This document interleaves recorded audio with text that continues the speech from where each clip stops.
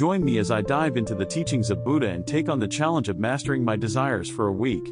Desires, the driving force behind our actions, the spark that ignites our passions, and the catalyst for growth.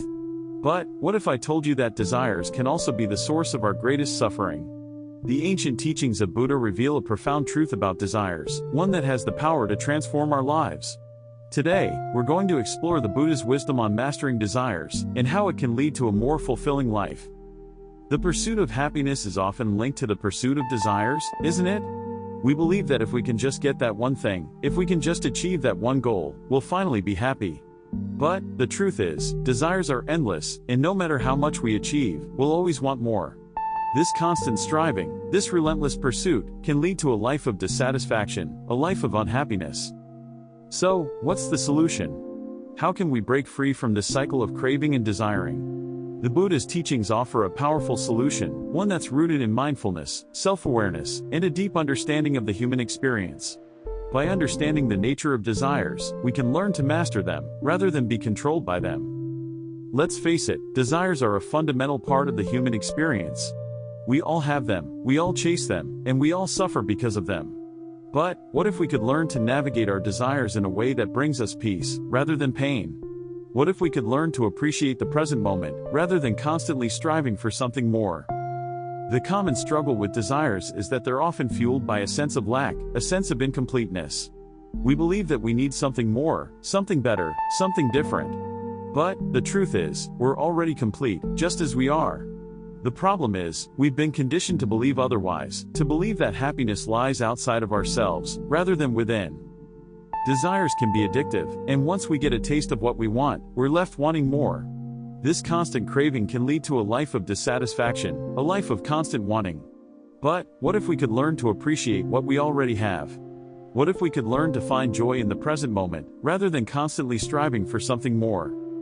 The struggle with desires is real, and it's a struggle that we all face. We're constantly bombarded with messages telling us that we need more, that we deserve more, that we're not enough. But, the truth is, we're already enough, just as we are.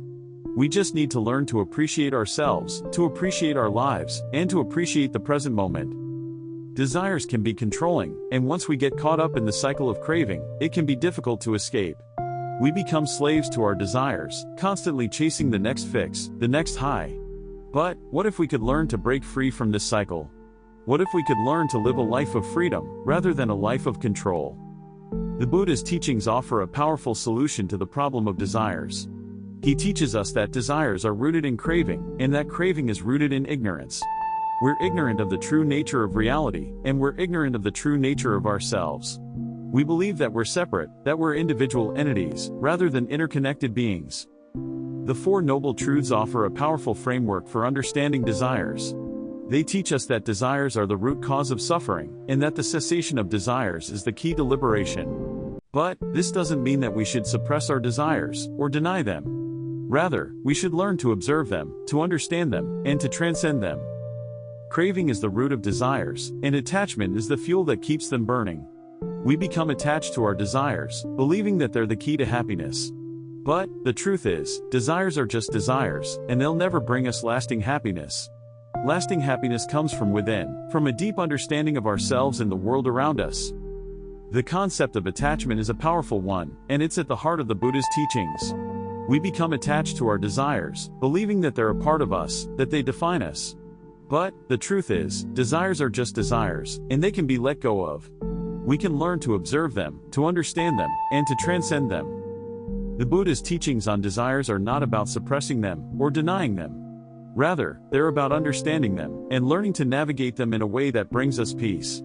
Desires are not the enemy, they're just a natural part of the human experience. The problem is, we've been conditioned to believe that they're the key to happiness, rather than the present moment. The importance of mindfulness in mastering desires cannot be overstated. Mindfulness is the key to understanding desires, and to understanding ourselves. It's the key to observing our desires, to understanding their nature, and to transcending them. Mindfulness is the bridge between the world of desires and the world of peace. Letting go is a powerful concept, and it's at the heart of the Buddha's teachings. We must learn to let go of our desires, to let go of our attachments, and to let go of our ego. We must learn to let go of the need to control, and to let go of the need to manipulate. We must learn to let go, and to let be. The main insight from the Buddha's teachings is that desires are not the problem, they're just a symptom of a deeper issue. The problem is our ignorance of the true nature of reality, and our ignorance of the true nature of ourselves. We must learn to see through this ignorance, and to awaken to the truth. Mastering desires is not about suppressing them, or denying them.